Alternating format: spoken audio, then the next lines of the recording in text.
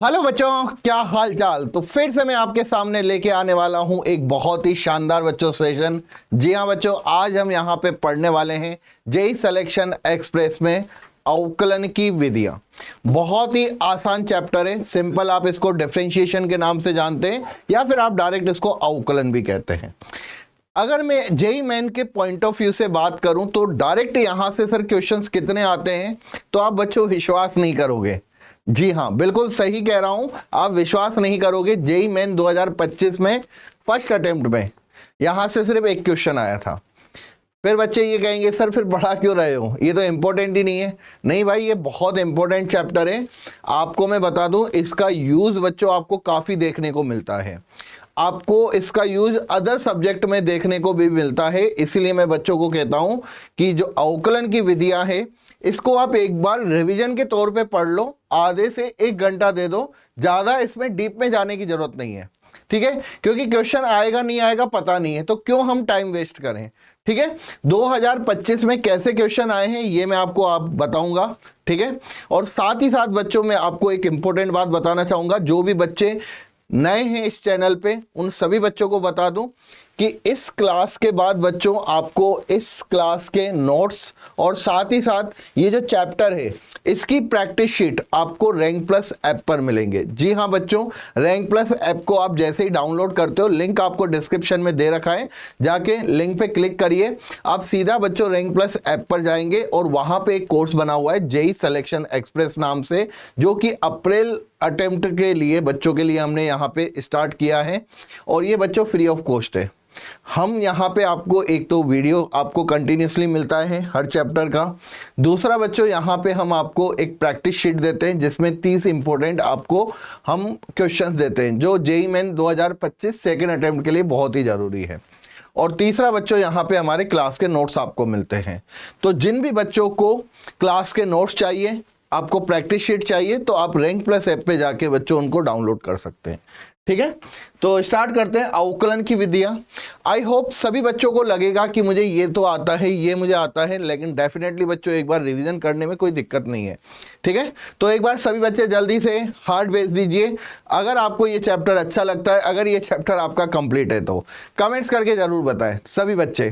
ठीक है, hello hello hello hello बच्चों, हेलो, क्या हाल चाल, हेलो हेलो हेलो सभी को। चलिए तो स्टार्ट करते हैं आज का हमारा लेक्चर, जिसमें मैं आपको बताने वाला हूं अवकलन की विधियां। बेसिकली मैंने आपको बता दिया कि इसका जेई मेन में कितना कंट्रीब्यूशन है, कितना रोल है। डायरेक्ट क्वेश्चंस बहुत मुश्किल से आते हैं। एक क्वेश्चन आया था जेई मेन 2025 में, इसका मतलब ये नहीं कि एक ही क्वेश्चन आता है।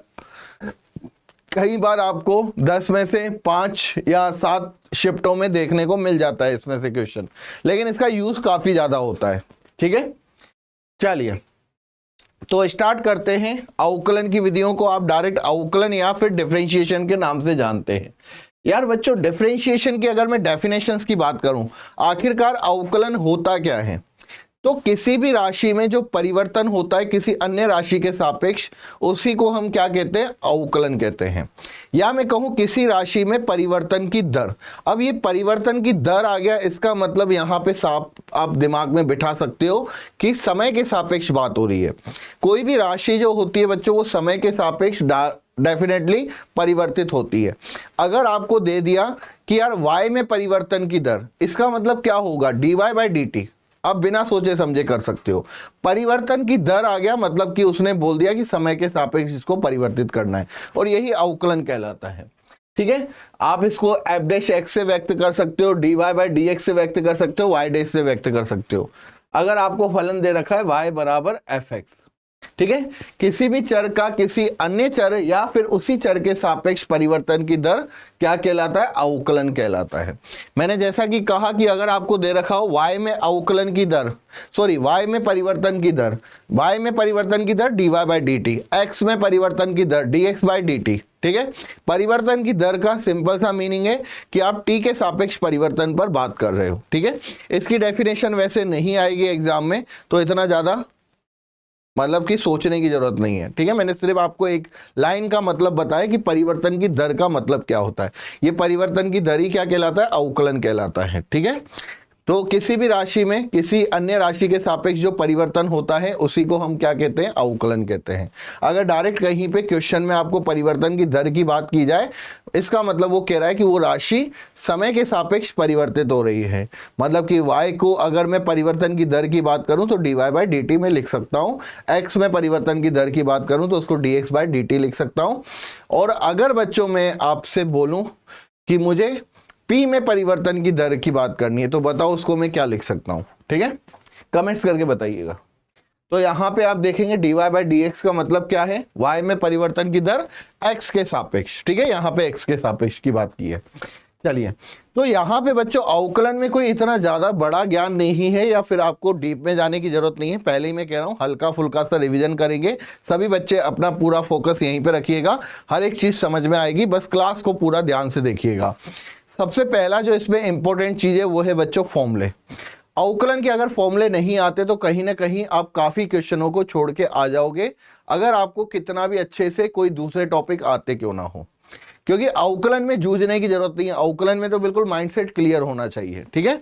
तो एक तो इसके फॉर्मूले आपको बिल्कुल क्लियर होने चाहिए, दूसरा बच्चों इसकी प्रमेय जो है, ठीक है ना, 3-4 इंपॉर्टेंट रूल्स है वो आपको बिल्कुल क्लियर होने चाहिए। तो यहां पे बच्चों सबसे पहले मैं यहां पे बात करूंगा अवकलन के फॉर्मूलों में x की पावर n। x यहां पे चर होता है, n यहां पे अचर होता है, जैसे कि x स्क्वायर हो गया, x क्यूब हो गया, x की पावर 10 हो गया, ठीक है। इस तरीके से आपको कोई भी फलन दे रखा हो तो x की पावर n का अवकलन कितना होता है, n इंटू एक्स की पावर n-1, ठीक है। जैसे x की पावर 5 है तो 5 इंटू एक्स की पावर 5-1, लेकिन ध्यान रखना बच्चों चर की पावर यहां पे क्या होता है, अचर होता है, ठीक है। ये चर है, चर की पावर यहां पे क्या होता है, ये अचर होता है, ठीक है, एक्स की पावर है। जैसे यहां पे 1/x की पावर 7 की बात करी, अब 1 में x की पावर 7 है, ऊपर ले जाऊंगा तो x की पावर -7 होगा, तो -7 तो आगे आ जाएगा बच्चों, और x की पावर -7-1 x की पावर -8 हो जाएगा। तो आपका क्या हो जाएगा यहाँ पे -7/x की पावर 8, ठीक है।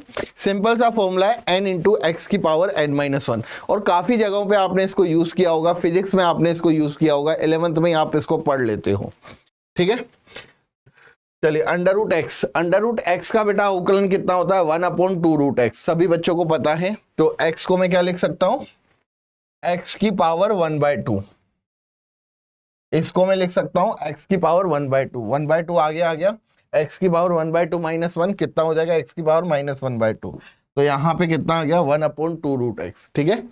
सभी बच्चों को निकालना आना चाहिए, किसी का भी आप निकाल सकते हो। x की पावर 3/2 का अगर अवकलन करना है तो 3/2, x की पावर 3/2 - 1 कितना हो जाएगा 1/2, ठीक है।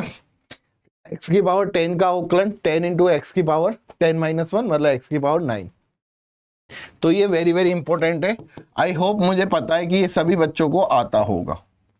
x की पावर n का फॉर्मूला n इंटू एक्स की पावर n-1। नेक्स्ट बात करते हैं बच्चों चर घातांकीय पे चलते हैं, ठीक है। e की पावर x का अवकलन e की पावर x होता है। चर घातांकीय फलन क्या होते हैं, अगर अचर पर चर की पावर हो, ठीक है ना, यहां पे ध्यान देना, अगर अचर पर बच्चों चर की पावर हो तो उसे हम चर घातांकीय कहते हैं, मतलब चर कहां पे घातांक में है, इसीलिए इसको चर घातांकीय। e का मतलब क्या होता है 2.7 कांस्टेंट है, e अचर होता है, ध्यान रखना बेटा, e इक्वल्स टू होता है 2.7 लगभग, ठीक है। तो कंफ्यूज होने की जरूरत नहीं है किसी भी बच्चे को कि सर यहां तो e तो चर है ना, चर नहीं है बेटा, ये अचर है, फिक्स्ड वैल्यू होती है इसकी, ठीक है। तो e की पावर x का अवकलन कितना होता है, e की पावर x। a की पावर x का अवकलन कितना होता है बेटा, a की पावर x log a, ध्यान रखना, ठीक है। जैसे मैं अगर आपसे कहूं 5 की पावर x का अवकलन तो 5 की पावर x और log 5 हो जाएगा, ठीक है। 10 की पावर x का अवकलन 10 की पावर x log 10 हो जाता है, ठीक है। 5/2 की पावर x कितना हो जाता है, 5/2 की पावर x और log 5/2। तो सिंपल है, a क्या है, कोई भी अचर है, ठीक है, e के अलावा कोई भी यहाँ पे अचर a है, तो डायरेक्ट क्या हो जाता है a की पावर x log a की पावर x 100 की पावर x कितना हो जाएगा log 100, क्लियर है? तो ए की पावर एक्स का फॉर्मूला, ई की पावर एक्स का फॉर्मूला, ई की पावर एक्स का अवकलन होता है ई की पावर एक्स, और ए की पावर एक्स का अवकलन होता है ए की पावर एक्स log ए। आगे चलते हैं। log x का बेटा अवकलन क्या होता है? log x का अवकलन होता है 1/x, हमेशा ध्यान रखना। log x का अवकलन कितना होता है? 1/x। लेकिन जब आधार क्या हो? e हो। जब आधार e हो तो डायरेक्ट इसका 1/x हो जाता है। जैसे मैं आपसे पूछूं कि ln x का अवकलन कितना होगा, अब ln का मतलब हो गया कि इसका आधार में जरूर e होगा। ठीक है, आप हमेशा ध्यान रखना log e x लिखो या फिर ln x लिखो, बात बराबर है। जब आधार e होता है तो इसको हम डायरेक्ट क्या लिख देते हैं? ln x लिख देते हैं। तो इसका डायरेक्ट फॉर्मूला क्या हो जाता है? अवकलन 1/x। ठीक है, लेकिन अगर आधार बच्चों यहां पे a हो तो ये कितना हो जाता है? 1/log a और 1/x। ठीक है, या डायरेक्ट 1/x बटे में 1 बटे में log a। ठीक है, जैसे यहां पे है log आधार में 5x, तो इसका बच्चों क्या हो जाएगा अवकलन? सिंपल है, 1/x करोगे और बटे में log 5 कर दोगे। ठीक है, 1/x बटे में log 5, आधार e बन जाता है फिर। चलिए, अब यहां पे बच्चों देखिए, जब आधार a हो तो इसको सोल्व कैसे किया जाता है? देखो यहां पे आधार परिवर्तन वाला सूत्र लगाया जाता है, सिंपल है।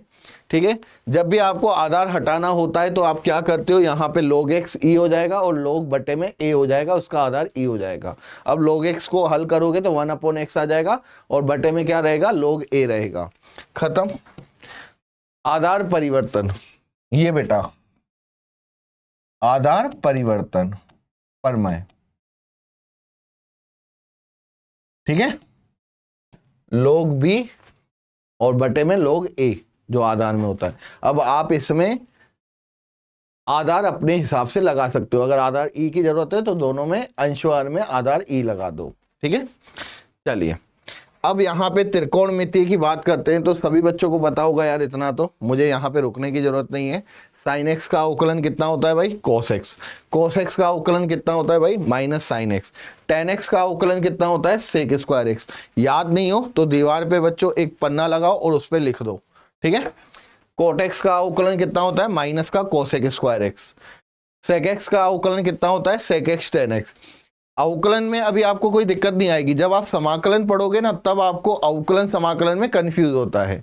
ठीक है, तो इसलिए अवकलन को बिल्कुल दिमाग में बिठा के रखिए। कोसेक एक्स का अवकलन कितना होता है?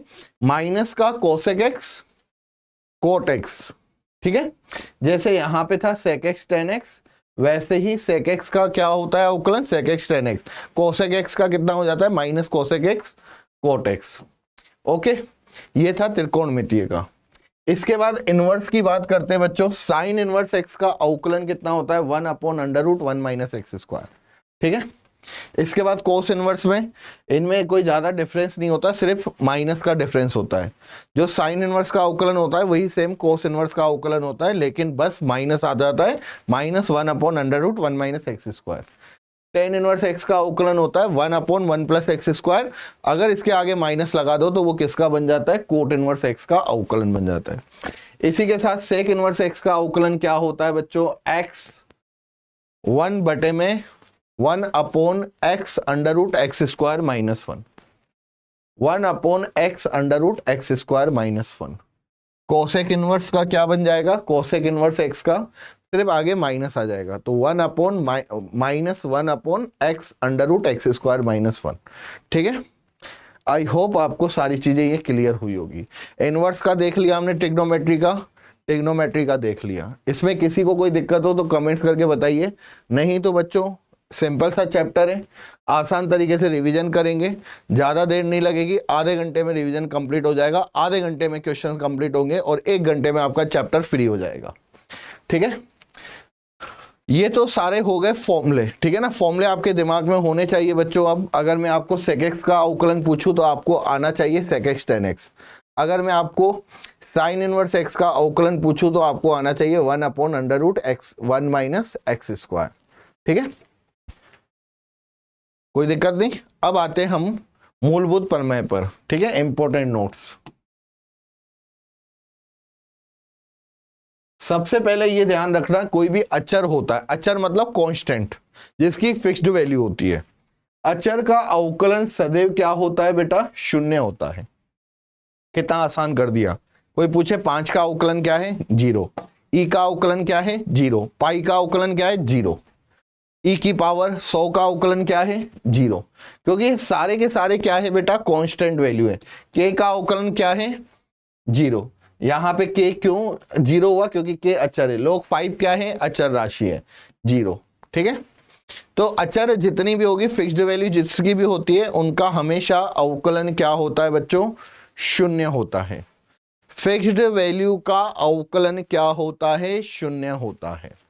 ठीक है, चलिए नेक्स्ट की बात करते हैं। यदि फलन में फिक्स्ड वैल्यू का अवकलन हमेशा क्या होता है? शून्य होता है। ये दिमाग में हो गया। लेकिन अगर फिक्स्ड वैल्यू के साथ कोई चर भी आ जाए, ठीक है ना, कोई चर आ जाए, अचर के साथ कोई चर हो, यदि फलन में चर अचर दोनों हो, तो अवकलन के समय चर को तो क्या कर देते? बाहर निकाल देते हैं। नहीं, यहां पे क्या किया जाता है? अचर को, जो फिक्स्ड वैल्यू होती है ना, अचर को बाहर निकाल दिया जाता है तथा चर का अवकलन कर दिया जाता है। बिल्कुल सही, ध्यान रखना बेटा। अगर चर और अचर साथ में हो तो आप क्या करोगे? यहां पे जो अचर है उसको आप बाहर निकाल दोगे और चर का क्या कर दोगे? अवकलन कर दोगे। वही दोनों भाई हैं चर अचर, गुंडों ने घेर लिया, अब दोनों नहीं निकल सकते वहां से, तो चर ने बोला अचर को कि भाग भाई भाग, यहां से चला जा जल्दी। फिर अचर चला गया बाहर और चर को घेर के उसका अवकलन कर दिया। ठीक है, जैसे कि यहाँ पे 5 sin x, अब 5 क्या है बेटा? यहाँ पे अचर है, sin x क्या है? चर है। तो 5 को बाहर निकाला, sin x का अवकलन कितना हो गया? cos x। ठीक है, आगे देख लो, -5 इंटू ई की पावर x, ये आपका कोई फलन है। अब -5 कांस्टेंट है, e की पावर x का अवकलन e की पावर x, खत्म। समझ में आया? तो चर और अचर अगर साथ में हो, चर और अचर बच्चों साथ में हो, तो ध्यान रखना अचर को बाहर निकाल के चर का अवकलन कर दिया जाता है। ऐसे काफी एग्जाम्पल है बच्चों। जैसे मैं आपसे अगर पूछूं y equals to 10 into cot x, अब मैं आपसे पूछूं कि भाई dy बाई डी एक्स बताओ, तो 10 बाहर आ गया और कोटेक्स का अवकलन कितना हो जाएगा भाई? माइनस का कोसेक स्क्वायर एक्स। ये आपको आना चाहिए। एक्स के सापेक्ष कोटेक्स स्क्वायर का, कोटेक्स का कितना हो जाएगा? माइनस का कोसेक स्क्वायर एक्स। 10 को मैंने बाहर इसलिए कर दिया क्योंकि वो एक अचर था। चलिए, यदि किसी चर का अवकलन उसी चर के सापेक्ष किया जाता है तो उसका मान कितना आता है? सदैव इकाई आता है। अगर मैं y का अवकलन y के सापेक्ष करूं तो हमेशा इसका मान कितना होगा? 1 होगा। t का अवकलन t के सापेक्ष करूं तो इसका मान कितना होगा? 1 होगा। r का अवकलन r के सापेक्ष किया जाए तो हमेशा 1 होगा। का अवकलन x के सापेक्ष किया जाए, मतलब कोई भी चर है उसी चर के सापेक्ष अगर आप अवकलन कर रहे हो तो उसका मान हमेशा 1 होता है। ठीक है, चलिए, यदि किसी फलन में x का गुणांक दिया गया हो, अब यहां पे ध्यान देना बेटा, एक तो फलन के साथ गुणा होना, एक x के साथ गुणा होने में अंतर है। ठीक है ना? कैसा? जैसे मैंने आपको दे दिया बच्चों, एक तो दे दिया मैंने 5 sin x, ये फलन के साथ गुणा हो रहा है, और एक दे दिया मैंने sin 5x, ये x के साथ गुणा हुआ है। ये कभी बराबर थोड़ी नहीं होंगे। ठीक है, तो ध्यान रखना x का गुणांक, तो यदि किसी फलन में x का गुणांक दिया गया हो तो अवकलन करते समय उस गुणांक का क्या कर दिया जाता है? गुणा कर देते हैं। अगर किसी फलन में x का गुणांक दिया जाता है तो क्या कर दिया जाता है बच्चों? वहां पे अवकलन करते समय उसका गुणा कर देते हैं। क्या यहां पर यह बात क्लियर हुई सभी बच्चों को? जैसे यहां पे y बराबर e की पावर 5x, तो e की पावर x का अवकलन क्या होता है? e की पावर x, तो मैंने कहा इसको तो डायरेक्ट लिख दो, और x का गुणांक कितना है? 5 है, तो 5 इंटू e की पावर 5x हो जाएगा। x के गुणांक को क्या कर देते? गुणा कर देते हैं फलन के साथ। y बराबर साइन 10x। तो साइन का अवकलन कितना होता है बेटा, कोस होता है, तो कोस 10x हो गया और 10 को अगेन यहां पे मल्टीप्लाई कर दिया। तो जब भी आप x का गुणांक देखो ना, जब भी आप x का गुणांक देखो तो हमेशा अवकलन करते समय उसको पहले तो क्या कर देना, गुणा कर देना, ठीक है, फिर बाद में उसका अवकलन करना, ठीक है। जैसे y बराबर एफ एक्स है, x का गुणांक है तो यहां पे a हो जाएगा और ये एफ डैश एक्स हो जाएगा। अब यहां पे बच्चों ये छोटी छोटी चीजें हैं, अगर दो फलन प्लस में हो तो अवकलन कैसे होता है, दो फलन माइनस में हो तो अवकलन कैसे होता है, दो फलन गुणा में हो या दो फलन भाग में हो। देखो यहां पे u वह v दो फलन हैं, ठीक है। अगर दोनों प्लस में दे रखे हो और दोनों का अवकलन करना है तो पहले का अवकलन करोगे दूसरे का अवकलन करोगे प्लस करके, माइनस है तो पहले का अवकलन करोगे फिर माइनस दूसरे का अवकलन करोगे। एग्जाम्पल के तौर पे बच्चों यहां पे सिंपल है, y बराबर अगर आपके पास साइन एक्स है प्लस में log x है, अब मुझे यहां पे इसका अवकलन चाहिए dy बाई डी एक्स पूरे का। तो इसका अवकलन कैसे, पहले का अवकलन किया जो कि कितना हुआ cos x plus log x का अवकलन 1/x, ये आप यहां पे करोगे। मतलब प्लस और माइनस में कोई दिक्कत नहीं होती है, पहले का अवकलन करो प्लस दूसरे का अवकलन, पहले का अवकलन करो माइनस दूसरे का अवकलन, ठीक है, प्लस माइनस में कोई दिक्कत नहीं। जब गुणा में हो बच्चों तो क्या होता है, वेरी वेरी इंपॉर्टेंट, यहां पे जब दो फलन गुणा में दे रखे हो तो पहले को छोड़ के दूसरे का अवकलन करते हैं, प्लस फिर दूसरे को छोड़ के पहले का अवकलन करते हैं। पहले को छोड़ के दूसरे का अवकलन किया, फिर दूसरे को छोड़ के पहले का अवकलन किया।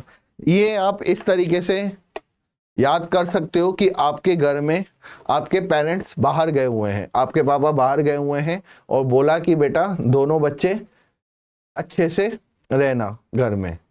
अब जब वो आते हैं तो पता चलता है कि पूरा घर आपने तबाही मचा दी, ठीक है, तो क्या करेंगे, वो दोनों को एक साथ नहीं पीटेंगे, पहले एक को कहेंगे कि किसने किया, वो कहेगा मैंने नहीं किया, ठीक है ना, उसने किया, तो उसको दबा के पीटेंगे, दबा के पीटेंगे, ठीक है।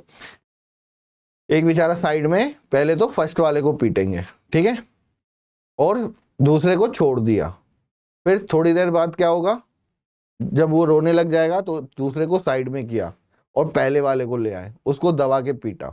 तो ऐसे ही यहां पे होता है, दोनों के ऊपर गुणा में है, अवकलन करना है, पहले को छोड़ दिया दूसरे को सूत दिया, ठीक है, सूतने का मतलब पीट दिया, ठीक है ना, या यहां पे अगर हम कहें तो अवकलन कर दिया।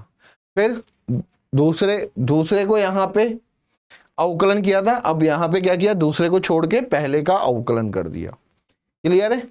इसी तरीके से u अपॉन v की अगर मैं बात करूं बेटा, अंश व हर में दे रखा हो फलन और उसका अवकलन करना हो तो हर का स्क्वायर हो जाता है, फिर यहां पे हर और हर लिखते हैं और यहां पे क्या हो जाता है, अंश का अवकलन माइनस अंश हर का अवकलन, ठीक है। ये यहां पे बच्चों डायरेक्ट फॉर्मूला है। जैसे अगर एग्जाम्पल की बात करें, चलो y बराबर मैंने आपको दे दिया x अपॉन साइन एक्स, अब मैंने यहां पे आपसे पूछ लिया dy बाई डी एक्स बताओ, ठीक है, तो यहां पे dy बाई डी एक्स कितना हो जाएगा, साइन एक्स हर में है तो इसका स्क्वायर, साइन एक्स को छोड़ दिया, x का अवकलन 1 माइनस फिर x आ गया, साइन एक्स का अवकलन cos x, तो यहां पे dy by d x sine x cos x into x बटे में sine square x, dy by d x बराबर क्या हो जाएगा, sine x minus x cos x upon में साइन स्क्वायर एक्स। क्लियर है। मतलब आपने यहाँ पे अंश व हर की बात करी, अंश व हर की अगर बात करी तो हर का स्क्वायर, फिर आपने हर लिखा, अंश का अवकलन, अंश का अवकलन कितना हो गया 1, फिर माइनस में बेटा अंश को लिख के हर का अवकलन कर दिया, खत्म। चलिए आगे चलते हैं। आपको यहाँ पे श्रृंखला नियम, आपने चेन रूल पढ़ा होगा। चेन रूल क्या होता है देखिए, यदि संयुक्त फलन हो तो अवकलन करते समय हम क्या करते हैं, सबसे पहले बाहर वाले फलन का अवकलन करेंगे, उसके पश्चात अन्य फलन का क्या करते हैं, अवकलन करते हैं। जैसे मुझे यहाँ पे f ऑफ gx दे रखा है, ठीक है। श्रृंखला नियम में क्या होता है बच्चों, सबसे पहले फलन का अवकलन किया, ठीक है ना, f का, सबसे बाहर वाले का, अंदर वाले में चेंजेस नहीं करेंगे, f डैश gx हो गया, फिर यहाँ पे अंदर जो gx था उसका अवकलन कर दिया, ठीक है। ये दो फलन थे, तो यहाँ पे अवकलन हुआ पहले बाहर वाले का फिर अंदर वाले का। यहाँ पे तीन फलन है, सबसे पहले क्या होगा बेटा, बाहर वाले का अवकलन, तो f डैश, बाकी अंदर सेम रहेगा, ठीक है।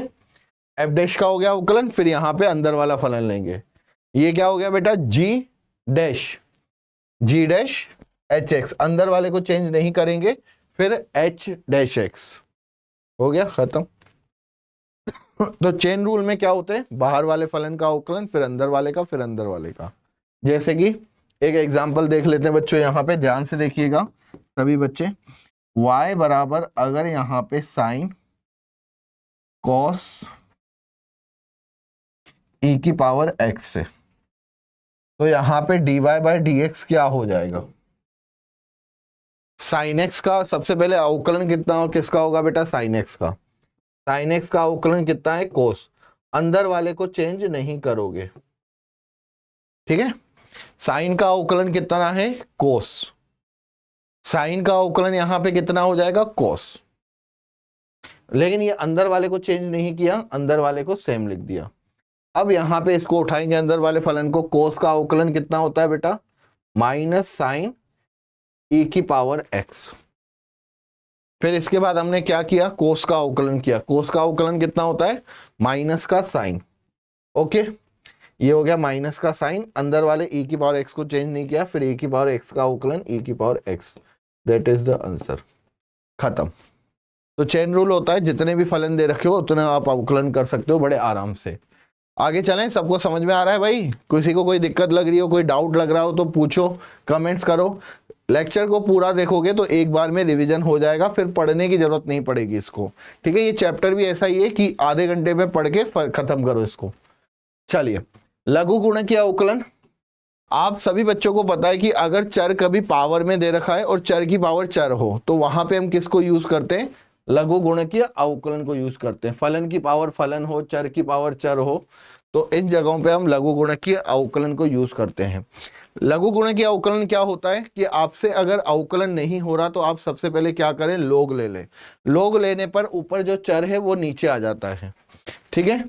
यहां पे बच्चों ये क्लियर हुआ, दोनों तरफ लोग लिया आपने, तो लोग y बराबर कितना हो गया, gx इंटू में लोग fx, लोग की प्रॉपर्टी से। अब यहाँ पे u डॉट v वाला कंसेप्ट लगा के आप इसको हल कर सकते हैं, ठीक है। x के सापेक्ष अवकलन किया, x के सापेक्ष अवकलन ये आ गया होगा। बोर्ड्स में दे रखा है बेटा, एनसीईआरटी में आपने पढ़ रखा होगा, इसको इतना डीप में जाने की जरूरत नहीं है। जैसे x की पावर x का अवकलन हम देखते हैं, ठीक है। अब जैसे y बराबर यहाँ पे x की पावर x की बात करें, सबसे पहले लोग ले लेंगे, लोग y बराबर लोग x की पावर x, तो यहाँ पे लोग y बराबर कितना हो जाएगा, x इंटू लोग x। क्या यहाँ पे किसी को कोई दिक्कत, ठीक है। चलिए, लोग y इक्वल्स टू x का अवकलन किया, ये 1 हो गया, ये लोग x हो गया, प्लस x को छोड़ दिया, लोग x का अवकलन 1 अपॉन x, x से एक कैंसिल, तो यहाँ पे लोग y इक्वल्स, सॉरी लोग y का भी अवकलन करना था आपको, ठीक है। तो यहाँ पे लोग y का अवकलन कितना हो गया, 1 अपॉन y, और y का अवकलन dy बाय dx। लोग का अवकलन तो कितना हुआ, 1 अपॉन y, और y का अवकलन बेटा x के सापेक्ष dy बाय dx, तो dy by dx y into में 1 प्लस लोग x, ठीक है। dy by d x, y बराबर कितना हो जाएगा, x की power x 1 plus log x। ये बच्चा हमारा आंसर। तो कभी भी चर की पावर चर हो तो वहां पे उसको सोल्व करने के लिए हमें log लेना पड़ता है, उसके बाद हमें अवकलन करना है, ठीक है। लेकिन ध्यान रखना बच्चों, अगर चर की पावर चर प्लस में कुछ दे रखा हो तो आप इसको अलग अलग मान के आप फिर इसका अवकलन करोगे, ठीक है। जैसे यहाँ पे x की power x plus sine x हो तो x की पावर x का अवकलन अलग करोगे, साइन एक्स का अवकलन अलग करोगे, ठीक है। यहाँ पे ये दे रखा है बच्चों, ठीक है। तो डायरेक्ट भी याद रखना, कभी कभी x की पावर x का अवकलन पूछे तो कितना होता है बच्चों, x की power x 1 plus log x। x की पावर x का अवकलन कितना होता है, x की पावर x ब्रैकेट में 1 प्लस log x, ठीक है। याद रखना, करने की जरूरत नहीं पड़नी चाहिए। प्राचलिक अवकलन। अब प्राचलिक रूप क्या होता है बच्चों, जैसे कि x और y का आपस में रिलेशन ना होकर किसी अन्य चर के साथ हो, ठीक है। ट्राइंगल लव की वाले की बात कर रहे हैं कि x का अफेयर किसी और के साथ और y का अफेयर भी किसी और के साथ, मतलब उसी के साथ, तीसरे जने के साथ, ठीक है। तो ध्यान रखना बच्चों, इसको प्राचलिक रूप कहते हैं, जब x और y का आपस में रिलेशन ना होकर किसी x और y का किसी अन्य के साथ रिलेशन, जैसे x बराबर यहाँ पे f थीटा और y बराबर यहाँ पे g थीटा, ठीक है। अब मुझे क्या चाहिए, dy बाई डी एक्स चाहिए, मुझे तो चाहिए था x और y अगर साथ में होता। तो प्राचलिक रूप में बच्चों बहुत आसान है, सबसे पहले थीटा के सापेक्ष अवकलन करो, थीटा के सापेक्ष आप अवकलन करोगे तो dx by D theta, dy by D theta, यहां से आपके पास क्या आ गया, dy बाई डी एक्स आ गया, ठीक है। अब ध्यान रखना, अगर बच्चों आपको d2y by d x square पूछे तो यहां पे क्या करना, x के सापेक्ष अवकलन करना।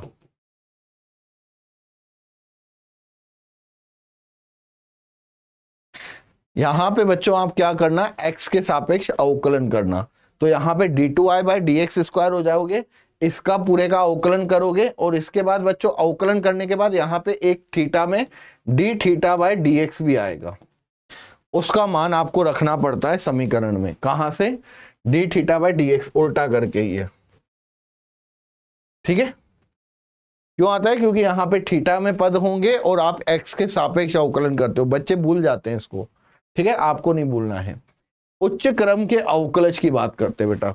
उच्च क्रम के अवकलज का मतलब क्या होता है, आप किसी फलन का एक बार अवकलन नहीं, आप n टाइम्स उसका अवकलन कर सकते हो, ये आपके ऊपर होता है, ठीक है। तो एक बार जब किसी का अवकलन करते हो तो यहाँ पे क्या कहते हैं, dy बाई डी एक्स बराबर एफ डैश एक्स। आपने उसका दो बार अवकलन किया तो क्या हो गया, d2y by d x square F double dash x.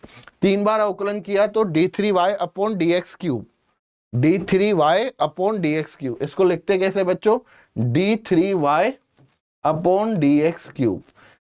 दो बार अवकलन किया तो d2y upon D x square, ठीक है। ये आप ऐसे याद कर सकते हो, मतलब दिमाग में बैठा सकते हो, दो बार अवकलन, तीन बार अवकलन। अगर n बार बात करी तो क्या हो जाएगा, dny अपॉन डी एक्स की पावर n, dny बटे में dx की पावर n, और ये कितना बार हो गया, n बार अवकलन, ठीक है। तो आपने एक ही x के सापेक्ष कितनी बार अवकलन किया, इसको n बार अवकलन किया, और कर सकते हो आप, ठीक है ना, कोई दिक्कत नहीं है। कोई भी फलन दे रखा हो, एक्स क्यूब दे रखा हो, जैसे मैंने यहाँ पे y बराबर एक्स क्यूब दे रखा है तो मैंने dy बाई डी एक्स निकाला, कितना हो गया ये 3x स्क्वायर। फिर मैंने दोबारा अवकलन किया d2y upon D x square, फिर यहाँ पे ये कितना हो गया 3 और x स्क्वायर कितना हो गया 2x। फिर मैंने तीसरी बार अवकलन किया डी एक्स क्यूब, ठीक है ना, ये कितना हो गया 6 और x का अवकलन 1। अब चौथी बार भी अवकलन कर सकता हूं, कितना आ जाएगा, 0 आ जाएगा, क्योंकि अचर का अवकलन कितना होता है, तो d4y अपॉन डी एक्स की पावर 4, ये कितना हो गया 0 हो गया। अब दोबारा अवकलन करते जाओगे तो ये 0 ही देगा मुझे, ठीक है। तो आई होप आपको समझ में आया होगा। उच्च क्रम के अवकलन मतलब जितना बार अवकलन करोगे उतना उसका क्रम होता है, ठीक है। एक यहां पे बच्चों सारणिकों का अवकलन आपको पता होना चाहिए, ठीक है। सारणिक में कभी कभी अवकलन की बात करें तो उसका अवकलन कैसे किया जाता है, सारणिकों का अवकलन दिमाग में रखना। जब भी कोई सारणिक दे रखी हो और उसका अवकलन करना हो तो या तो क्या करोगे आप, पहली पंक्ति का अवकलन किया, बाकी को ऐसे ही रख दिया, प्लस दूसरी का पंक्ति का अवकलन किया, फिर तीसरी पंक्ति का अवकलन किया, बाकियों को ऐसे किया। या फिर आप स्तंभ के अकॉर्डिंग भी यहां पे क्या कर सकते हो, पहले स्तंभ का अवकलन प्लस दूसरे स्तंभ का अवकलन प्लस तीसरे स्तंभ का अवकलन। तो सारणिक का अवकलन शायद आपने नहीं पढ़ा होगा, लेकिन फिर भी मैं आपको यहाँ पे बता देता हूँ। कभी क्वेश्चन में अगर कभी अवकलन फंस जाए किसी सारणिक का, तो आप उस क्वेश्चन को बड़े आराम से कर सको। ठीक है, तो यहाँ पे डेल्टा का अगर मैं अवकलन करूंगा x के सापेक्ष, तो पहले मैंने इनका x के सापेक्ष अवकलन कर दिया, बाकी को सेम लिख दिया, प्लस फिर दूसरा वाली जो रो थी, दूसरा पंक्ति, उसका सभी अवयवों का अवकलन कर दिया x के सापेक्ष, बाकी को सेम लिख दिया। फिर तीसरी वाली पंक्ति का अवकलन किया और बाकी को सेम लिख दिया। आई होप यहाँ पे आप सभी बच्चों को समझ में आ गया होगा, सारी चीजें क्लियर हुई होगी। अब हम करते क्वेश्चन। जेईई मेन 2025 के क्वेश्चन सिर्फ एक ही क्वेश्चन आया था। अब अगर किसी बच्चे को लगता है कि ये क्वेश्चन अवकलन का है, तो वो बच्चा बहुत बड़ा मूर्ख है। ठीक है, हाँ बेटा बिल्कुल सही कहा, कहीं से कहीं ये अवकलन का क्वेश्चन नहीं है, लेकिन फिर भी मैं लेके आया हूं। जैसे f दे रखा है बेटा यहाँ पे 0 से अनंत, कहां तक है, r तक। एक फलन है, सभी बिंदुओं पर अवकलनीय है। यहां पे मुझे एक समीकरण दे रखी है बेटा।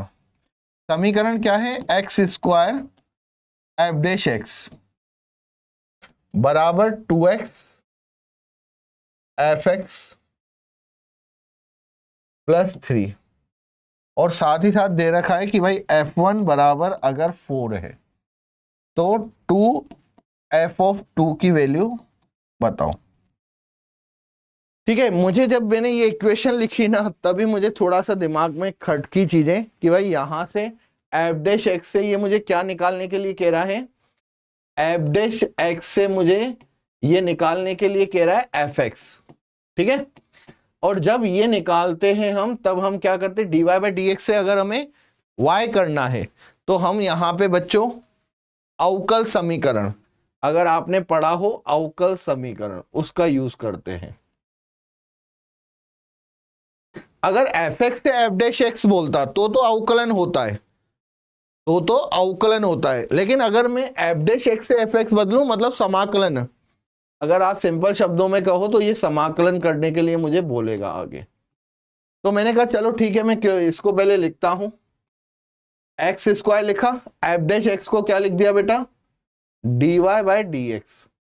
ठीक है, यहां पे कितना हो गया, माइनस का 2x, एफ एक्स को क्या लिख दिया, y, क्योंकि मैंने यहां पे मान लिया एफ एक्स बराबर अगर y है, तो एफ डैश एक्स कितना हो जाएगा, dy बाई डी एक्स। ठीक है, बराबर कितना है, 3 है। अब यहां से अगर मैं dy बाई डी एक्स की बात करूं, तो 2x y बटे में एक्स स्क्वायर, 3 बटे में एक्स स्क्वायर। चलिए, किसी बच्चे को अगर अवकल समीकरण आती होगी तो वो इससे रिलेट कर पाएगा, नहीं तो बेटा काले अक्षर बेस बराबर है। ठीक है, यहां पे अगर आपको पता हो, तुलना करते हैं, dy by d x plus p into y बराबर क्यू। इंटीग्रेशन फैक्टर होता है e की power p into d x. ठीक है, तो यहां पे मेरे पास इंटीग्रेशन फैक्टर कितना आ जाएगा, e की पावर p कितना है, -2/x dx। इंटीग्रेशन फैक्टर निकालते हैं तो e की पावर -2 यहाँ पे log x हो जाएगा, -2 log x हो जाएगा। ठीक है, इसको -2 को ऊपर ले जाऊंगा, log x से ये कैंसिल आउट हो जाएगा, तो इंटीग्रेशन फैक्टर हो जाएगा 1/x स्क्वायर। कैसे हुआ बेटा, e की पावर log x की पावर -2, ये इससे कैंसिल आउट होके x की पावर -2 देगा।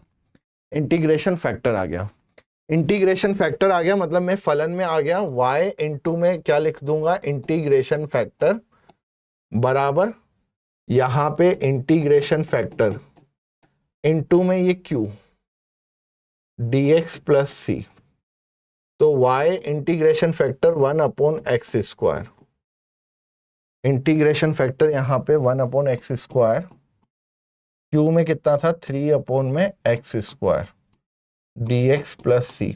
अब देखो कितना आसान हो गया बेटा, y अपॉन में एक्स स्क्वायर, 3 को बाहर ले गया, x की पावर -4 dx प्लस सी। जल्दी से इंटीग्रेशन सभी बच्चों को करना आता है। देखो पहला क्वेश्चन बेटा मैंने जानबूझ के ऐसा लेके आया हूं, ठीक है ना, क्योंकि आप एफ डैश एक्स कहीं पे दे रखा हो तो एफ डैश एक्स को मतलब ये मत मान लेना कि अवकलन का क्वेश्चन है, ठीक है।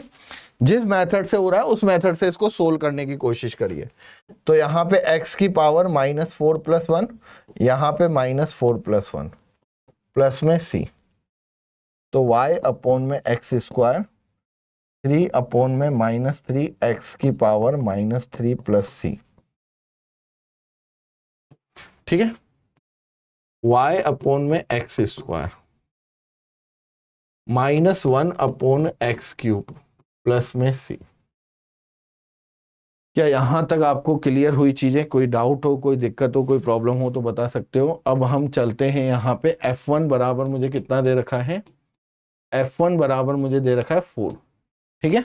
मुझे पता था ये विशिष्ट हल से, ये व्यापक हल से मुझे विशिष्ट हल में कन्वर्ट करेगा, ठीक है। यहां पे इसका मतलब क्या है कि अगर आपने x बराबर 1 रखा तो y बराबर कितना होगा, 4 होगा। तो 4/1 बराबर -1/1 प्लस c। तो c की वैल्यू यहाँ पे कितनी हो गई, 5। c का मान 5 हुआ तो y अपॉन में x square -1 upon x cube plus में कितना हो गया, ये 5। अब मुझे वैल्यू निकालनी है f2 की, मतलब f(2) का मतलब क्या हो जाएगा कि x का मान 2 रखो, तो x बराबर 2 रखोगे तो y अपॉन में 2 का स्क्वायर, 2 का क्यूब प्लस 5, तो y अपॉन में ये हो गया 4 -1 अपॉन 8 प्लस 5, ठीक है। 8 5 यहाँ पे कितना हो जाएगा, ये सिंपल सा आप यहाँ पे क्या कर दोगे, 8 5 40, 40 यहाँ पे y अपॉन 4 इक्वल्स टू 39, ठीक है, अपॉन में 8।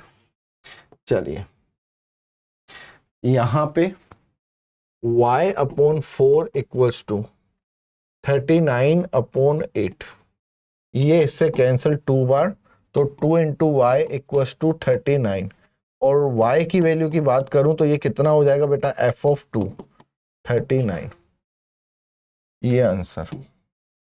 अच्छा था, पूरा का पूरा अवकल समीकरण था और कुछ नहीं था। अवकलन तो सिर्फ नाम के लिए यहाँ पे था, ठीक है ना। सारा काम इसमें किसका था, अवकल समीकरण का था।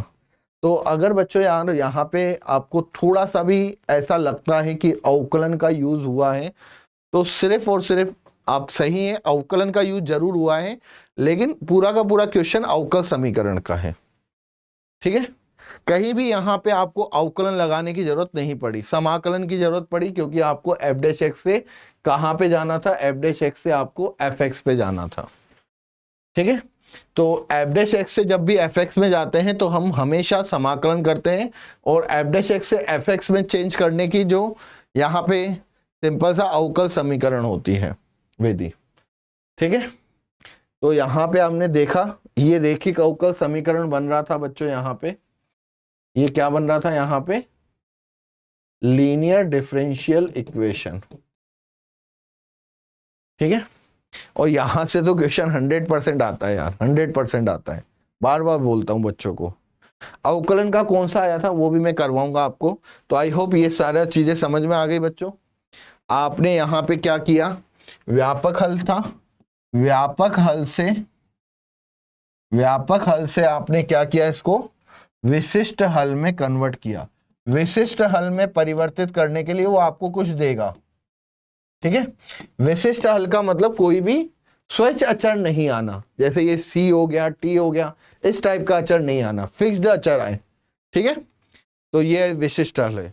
इसके बाद इसने कहा 2 रख दो, तो y की जगह अगर यहाँ पे हम इसको क्या लिख सकते हैं, f(2) लिख सकते हैं, ठीक है, f(2) लिख सकते हैं। x का मान हमने 2 रखा ना, वैसे y क्या है, यहाँ पे y लिखो या फिर fx लिखो, बात बराबर है, ठीक है।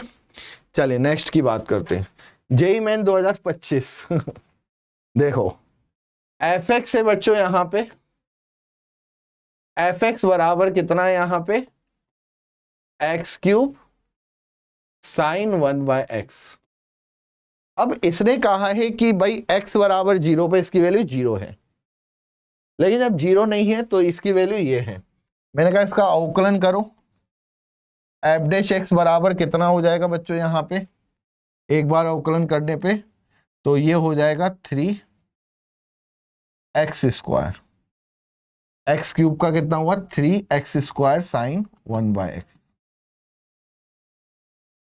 प्लस, फिर आपने एक्स क्यूब लिया, साइन 1/x का अवकलन कितना होगा, साइन 1/x को मैं लिख सकता हूं कोस 1/x, और 1/x का अवकलन कितना होगा माइनस का 1/x²। इसमें किसी को कोई दिक्कत? भाई 1/x का अवकलन कितना होता है x की पावर -1, तो यहां पे माइनस और x की पावर ये -2, तो -1/x²। ठीक है, चलिए एफ डैश एक्स यहां पे कितना हो गया 3x² साइन 1/x। ये बच्चों यहां पे माइनस आ जाएगा, x² से x को कैंसिल करूंगा, ये x बचेगा। ठीक है, 1 बचेगा, तो 1/x, सॉरी x इंटू में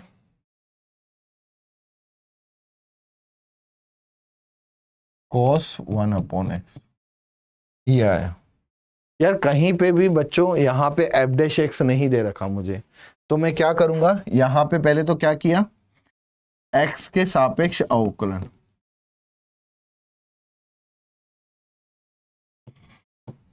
ठीक है। अब पुनः अवकलन ध्यान दीजिएगा, अगर मैं इसका दोबारा अवकलन करता हूं एफ डबल डैश एक्स, देखो 3 तो यहां हो गया, x² का कितना हो जाएगा बेटा 2x हो जाएगा, ठीक है ना, साइन 1/x। x² का अवकलन किया कितना हो गया 2x प्लस 3 था, x² को ऐसे ही रखा, साइन का कितना हो गया cos 1/x, और 1/x का अवकलन कितना होता है -1/x²। ठीक है, फिर यहां पे माइनस था, x का अवकलन कितना हो गया बेटा 1 हो गया cos 1/x। ठीक है, फिर नेगेटिव नेगेटिव यहां पे ये नेगेटिव आएगा, x रहेगा, cos का अवकलन कितना हुआ माइनस का साइन 1/x। ठीक है, cos का अवकलन माइनस का साइन, और साइन 1/x का अवकलन फिर माइनस का 1/x²। ठीक है, अब यहां पे इसने बोला कि 0 अगर रखो, देखो 0 तो मैं रख नहीं सकता भाई, 0 रखूंगा तो डायरेक्ट यहां पे क्या दे देगा 1/0, ये क्या दे देगा इन्फिनिटिव। ठीक है, तो 0 तो मैं नहीं रख सकता, 6x साइन 1/x। ठीक है, x² से x² कैंसल, तो यहां पे बन गया ये माइनस का 3 cos 1/x। ठीक है, 0 में नहीं रख सकता क्योंकि 0 पर ना तो 0 आएगा ना 1 आएगा, ये कोस अनंत होगा, कोस अनंत की वैल्यू -1 से 1 होगी, माइनस cos 1/x, और ये हो जाएगा नेगेटिव में x से x कैंसल, तो 1/x साइन 1/x। ठीक है, ये इससे कैंसल, तो नेगेटिव नेगेटिव पॉजिटिव और ये नेगेटिव। चलिए, अब मैंने यहां पे कहा कि यार x की वैल्यू यहां पे 0 के अलावा भी इन्होंने रख रखी है, तो मैंने x बराबर कितना रख दिया यहां पे 2/पाई।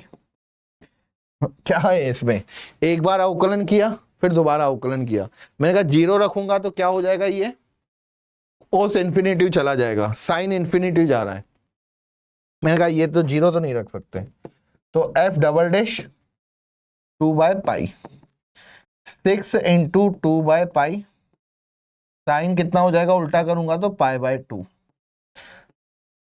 cos π/2 माइनस, यहां पे 3 था और इसको 4 कर दूं यार एक साथ ही, 1/x, और ये इससे कैंसिल आउट हो रहा है तो ये दे रहा है, ठीक है, तो इसको 4 ही कर देता हूं, 4,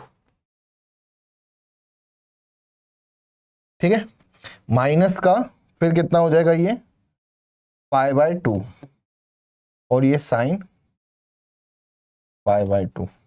cos π/2 की वैल्यू कितनी होती है, cos π/2 की वैल्यू 0 होती है, साइन π/2 की वैल्यू 1 होती है।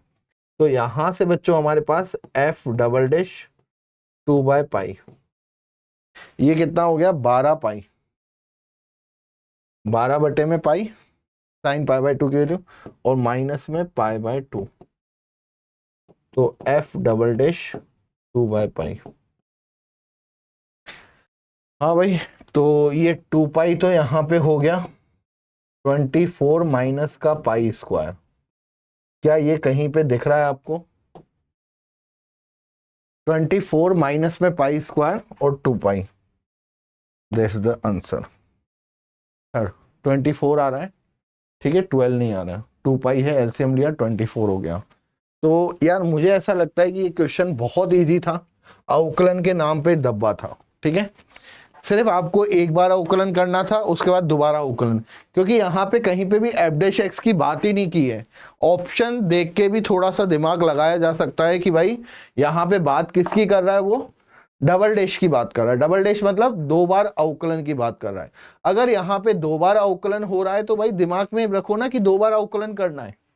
क्या था इसमें, एक बार अवकलन किया, फिर मैंने इसका दोबारा अवकलन किया, सिर्फ और सिर्फ यहां पे मैंने कंसेप्ट कौन सा लगाया, u.v वाला, ठीक है, यहां पे u.v वाला कंसेप्ट लगाया, एक बार छोड़ दो दूसरे का अवकलन, प्लस दूसरे को छोड़ दो ओ इसका अवकलन, खत्म, ये चल रहा है u.v, ठीक है, आ गया।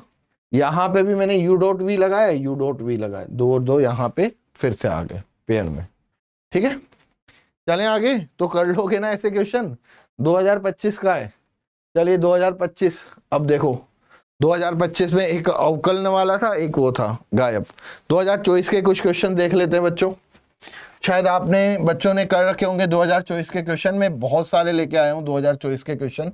जैसे ये है, मान लीजिए कि अवकलनीय फलन है h, यहां पे h0 बेटा कितना दे रखा है 0, h1 कितना दे रखा है 1, h'0 कितना दे रखा है भाई 2, और h'1 दे रखा है ये भी 2। अब इसने एक कोई फलन दे रखा है gx बराबर आपको यहां पे दे रखा है h(ex) और यहां पे e(hx), और इसने सिंपल सा आपसे पूछा है g'0 का मान बताऊं भाई। मतलब अगर मेरे को g'(x) निकल जाए तो क्या कोई दिक्कत है, x की जगह 0 रख दूंगा। तो क्या करना है यहाँ पे, x के सापेक्ष अवकलन। भाई इतने आसान क्वेश्चन आते हैं, अगर आते हैं तो यहां से x के सापेक्ष अवकलन। तो मैं तो यार ये नहीं करवाऊंगा, ठीक है ना, बिल्कुल अच्छे नहीं लगते मुझे इस टाइप के क्वेश्चन सोल्व करवाना। अवकलन किया, ये क्या हो जाएगा बेटा u.v, ठीक है, u को ऐसा ही रखा, ठीक है, इसका अवकलन किया, प्लस फिर आपने e⁻hx को ऐसा रखा और उसके बाद h(ex) को अवकलन कर दिया। कर दो जल्दी से, g'(x) h(e⁻x), इसका अवकलन करोगे e⁻ का अवकलन e⁻x और h'(x) हो जाएगा, प्लस e⁻hx h'(e⁻x) और यहां पे e⁻x। x बराबर बच्चों कितना रख दूंगा 0 रख दूंगा, खत्म कहानी। g'0 h(e⁻0), ठीक है ना, ये कितना हो जाएगा 0 h'0 0 h'(e⁻0 e⁻ x की वैल्यू 0, g डैश 0। बेटा e की पावर 0 मतलब 1 होगा, h1 की वैल्यू कितनी होगी, ये 1 हो जाएगी। ये कितना हो जाएगा, h0, h0 की वैल्यू कितनी है बेटा, 0 है, तो ये e की पावर 0 का मतलब 1, h डैश 0 का मान कितना हो गया, यहाँ पे 2 हो गया, प्लस h0 की वैल्यू 0 है तो ये e की पावर 0, h डैश e की पावर 0 1, h डैश 1 का मान कितना है, यहाँ पे 2 है, इसकी वैल्यू ये 1 हो गई। तो आप बताइए बच्चों यहाँ पे g डैश 0 की वैल्यू कितनी हो गई, 2, 2 प्लस 2, क्योंकि इसका मान तो कितना होगा, इसका मान 1 होगा, e की पावर 0 बराबर 1 होता है, ये बात ध्यान रखना। तो यहाँ पे टोटल कितना आ गया, 4। खत्म बच्चों क्वेश्चन।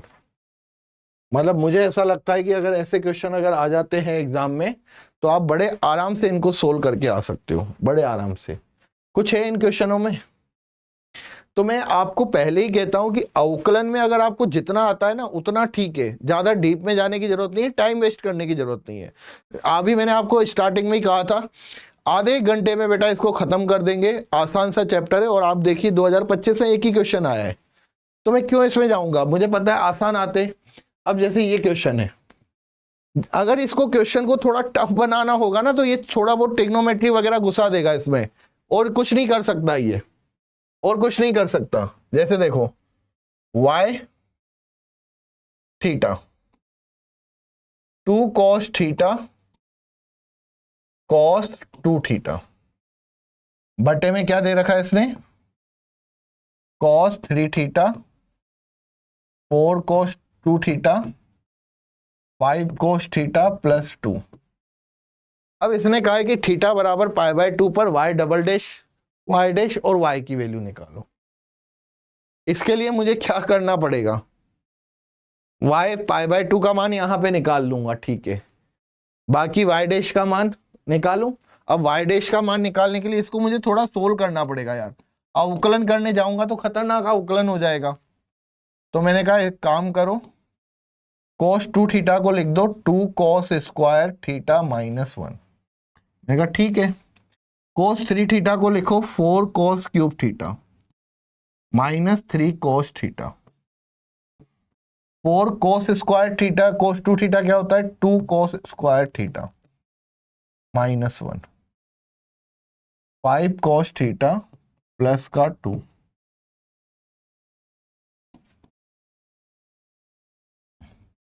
तो यहां पे 2 cos square theta 2 cos theta minus 1, 4 cos cube theta, कोई दिक्कत नहीं। इसके बाद प्लस में 8 cos स्क्वायर थीटा माइनस 3 और 5 कितना हो जाएगा, प्लस का 2 cos थीटा, और 2 और माइनस का 4 कितना हो जाएगा, माइनस का 2।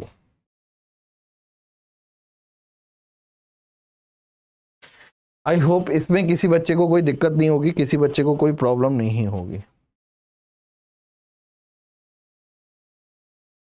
सोल्व करने पर, ठीक है। चलें आगे, चलिए अब इसको बेटा आपको क्यूब को सोल्व करना है। तो मुझे यहां से पता चल रहा है कि cos थीटा की एक वैल्यू कितनी है, यहाँ पे इसको संतुष्ट कर रहा है cos थीटा बराबर ये माइनस 1।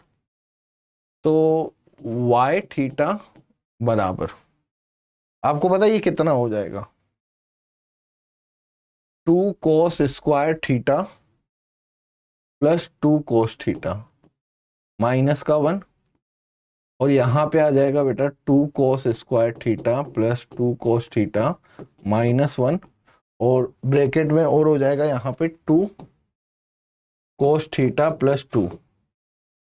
ये पूरा इससे कैंसिल हो जाएगा, y थीटा बराबर 1 अपॉन कितना हो जाएगा, 2 cos theta plus 2, y theta बराबर 1 अपॉन 2 cos थीटा प्लस 1, ठीक है। ये y थीटा आ गया, सोल्व हो गया, अंश व हर से कट गया, 2 आ रहा था, ठीक है। y थीटा की वैल्यू आपके सामने आ गई बेटा 1 अपॉन 2, कॉस थीटा प्लस 1, तो ये कितना हो जाएगा 2 into cos square theta by 2, तो y theta equals to 1/4 into sec square theta by 2। अब आपके पास बच्चों यहाँ पे वाई थीटा है, आप वाई थीटा भी निकालो, एक बार अवकलन भी करो, उसके बाद दोबारा अवकलन करो, आपका आंसर बहुत इजीली आ जाएगा। कर लोगे, कोई दिक्कत नहीं इसमें, किसी को कोई डाउट नहीं, किसी को कोई प्रॉब्लम नहीं होनी चाहिए। अगर y पाई बाय 2 की वैल्यू निकालूं यहां पे,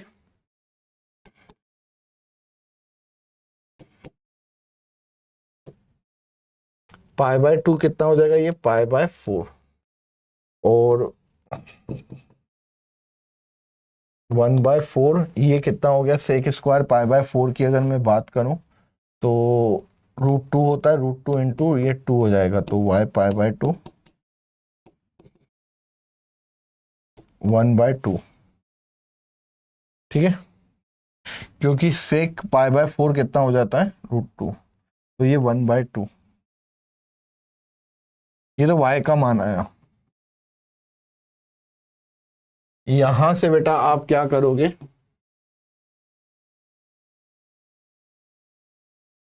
सेक स्क्वायर थीटा बाय 2, क्या आप यहां से y डैश निकाल सकते हो, एक बार अवकलन कर सकते हो, यहां से y डैश थीटा निकालोगे और फिर यहां से double y double dash theta निकालोगे, ये आपका हो जाएगा। अब मुझे बताने की जरूरत नहीं पड़नी चाहिए इसमें, ठीक है, आसान है।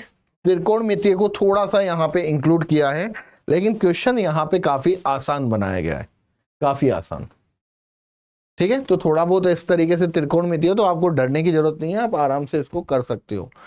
कोस थीटा प्लस 1 को मैंने क्या लिख दिया, 2 कोस स्क्वायर थीटा बाय 2, ठीक है। यहां पे आपको पता है 1 प्लस कोस 2 थीटा का मान कितना होता है, 2 कोस स्क्वायर थीटा। चलिए नेक्स्ट, अब जैसे आसान से क्वेश्चन है यार बच्चों, यहां पे आगे अगर हम बात करें, जैसे ये एफ एक्स है, एफ एक्स बराबर एक्स की पावर 5 प्लस 2 इंटू ई की पावर एक्स बाय 4, एक फलन जी एक्स जिसके लिए गॉफ ऑफ एक्स बराबर एक्स है, विचार कीजिए। तो हमें यहां पे जी डैश 2 की वैल्यू निकालनी है, तो यहां पे बेटा ये जी ऑफ एफ एक्स बराबर एफ दे रखा है, अवकलन करूंगा,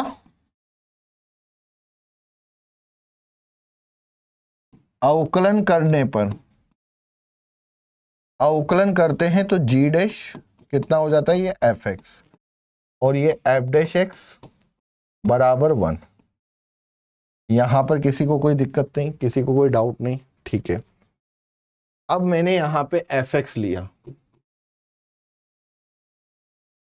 एफ एक्स कितना है, एक्स की पावर 5 प्लस 2 इंटू ई की पावर एक्स बाय 4, ठीक है। अगर मैं यहां पे इसका अवकलन कर दूं तो ये कितना हो जाएगा, 5 इंटू एक्स की पावर 4, 2 इंटू ई की पावर एक्स बाय 4, और ये 1/4, एक्स का जो गुणांक होता है 1/4 है तो इसको गुणा करना पड़ता है, ठीक है। तो ये बच्चों यहाँ पे इसका क्या हो गया, ये अवकलन हो गया। अगर मैं इसकी वैल्यू 0 रखूं, ठीक है, ध्यान दो, एफ एक्स बराबर एक्स की पावर 5 प्लस 2 इंटू ई की पावर एक्स बाय 4, अगर मैंने इसका मान बेटा 0 रखा, एक्स बराबर 0 रखा, ठीक है, तो ये कितना हो जाएगा बेटा 0, 2 इंटू ई की पावर 0, एफ ऑफ 0 का मान कितना होता है, ई 0 की वैल्यू कितनी होती है 1, तो यहाँ पे इसकी वैल्यू हो गई 2। मैंने कहा ये तो बहुत अच्छी बात है कि, और मुझे वैल्यू भी किसकी चाहिए, जी डैश 2 का मान चाहिए, ठीक है। चलिए, तो यहां पे अगर मैं x की वैल्यू 0 रखता हूं तो यहां पे जी डैश एफ ऑफ ये 2 बन जाएगा, और यहां पे एफ डैश 2 आ जाएगा बराबर ये 1, F dash sorry F sorry 0, x बराबर 0 रख रहे हो, 2 नहीं, ठीक है, x बराबर क्या रख रहे हो यहां पे 0। f0 का मान कितना हो गया बच्चों, यहाँ पे 2 हो गया, तो g'2। अब मुझे यहाँ पे f'0 का वैल्यू चाहिए, f'0 का मान आ जाए तब खेल खत्म है। f'0 का मान कैसे निकालोगे, यहां से निकालोगे, तो f' बराबर 5 इंटू एक्स की पावर 4, 2 इंटू बाय 4 इंटू ई की पावर x बाय 4। तो x बराबर आपने क्या रख दिया, यहाँ पे 0 रख दिया, f'0 ये 0, 2/4 e की पावर 0, तो f'0 ये कितना हो जाएगा 1/2। बहुत बढ़िया। अब मैंने यहाँ पे कहा कि g'2 और f'0 बराबर इसकी वैल्यू 1 है, g'2 इंटू में ये 1/2 हो गए बराबर 1, g'2 बराबर कितना हो गया, ये 2 हो गया, g'2 का मान 2 आ गया। मुझे किसकी वैल्यू निकालनी है, 8 इंटू में g'2, तो 8 इंटू 2 बराबर 16। ये लो आंसर आ गया। g'2 का मान नहीं चाहिए था, बच्चा क्या यहाँ पे 2 लगा देता है, आंसर 16 होगा, 2 नहीं। जल्दबाजी में हम क्या कर देते हैं, g'2 का मान कर देते। अच्छा सर g'2 का मान ये आ गया सर 2 आ गया, 2 आंसर हमारा सही है। अरे भाई ये तो देखते कि आपको पूछा क्या गया है, 8g'2 पूछा गया है। क्या पूछा गया है यहाँ पे, 8g'2 पूछा गया है। तो 8g'2 है तो आप g'2 की वैल्यू निकाली, खत्म किया। आई होप आपको समझ में आया होगा। क्वेश्चन बच्चों इसी तरीके के हैं, कोई टफ क्वेश्चन नहीं आएंगे अवकलन से। जितना मैंने पढ़ाया है उतना पढ़ लोगे तो क्वेश्चंस करके आ जाओगे, ठीक है। जैसा कि मैंने प्रॉमिस किया था 1 घंटे में फिनिश कराऊंगा। अब ये क्वेश्चन कुछ भी नहीं है बच्चों, x की वैल्यू 1 रखो, f' निकालो उसकी वैल्यू 1 रखो, f" निकालो उसकी वैल्यू 1 रखो। अवकलन करना आता है, ऐसा कोई बच्चा नहीं होगा जिसको अवकलन करना अब नहीं आता होगा। ax³ bx² cx plus 41। अरे भाई एक बार अवकलन करो, फिर दोबारा अवकलन करो, फिर तीसरी बार अवकलन करो, खत्म क्वेश्चन, ठीक है। एबीसी में 3 इक्वेशन आएगी, 3 अचर है, एबीसी का मान आएगा, आंसर आपके सामने होगा, ठीक है बच्चों। कर लोगे, a बराबर -1, b बराबर 5 और c बराबर भी 5 होगा कुछ, ठीक है ना, -5। a बराबर -1, b बराबर 5 और c बराबर -5, ABC में इक्वेशन आएगी, ठीक है। तो अब ये क्वेश्चन बेटा और भी है यहाँ पे, अगर ये सारे क्वेश्चंस आपको चाहिए, ठीक है, तो आपको रैंक प्लस ऐप को डाउनलोड करना पड़ेगा। वहां पे बच्चों जो हमने जेई सिलेक्शन एक्सप्रेस कोर्स नाम बना रखा है, जो कि फ्री ऑफ कॉस्ट है आपके लिए, ठीक है। वहां पे आपको हमारी प्रैक्टिस शीट और आपको क्लास के नोट्स मिल जाएंगे, तो जाके बच्चों इन क्वेश्चनों को करिए। और आज की क्लास कैसी लगी मुझे जरूर बताइएगा, कमेंट्स करके जरूर बताइएगा, ठीक है। अवकलन जितना पढ़ा है उतना सफिशिएंट है, क्वेश्चन प्रैक्टिस कर लो वरना क्वेश्चन आपका आराम से हो जाएगा। तो चलिए बच्चों मिलते हैं नेक्स्ट सेशन में, तब तक के लिए सभी बच्चों को बाय बाय।